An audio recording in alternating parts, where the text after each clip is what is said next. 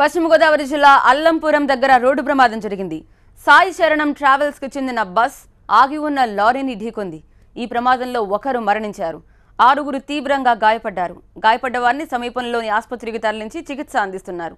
Bus Visakha నుంచి విజయవాడ వెళ్తుండగా ఈ ప్రమాదం జరిగింది.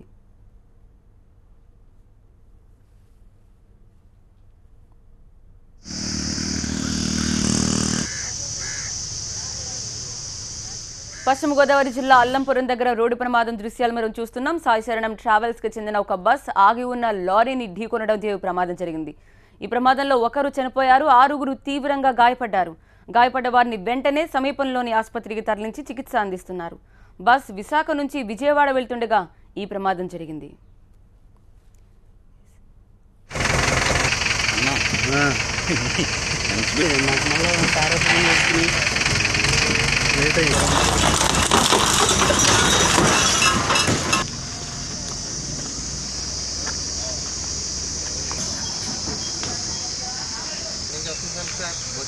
వైజాగ్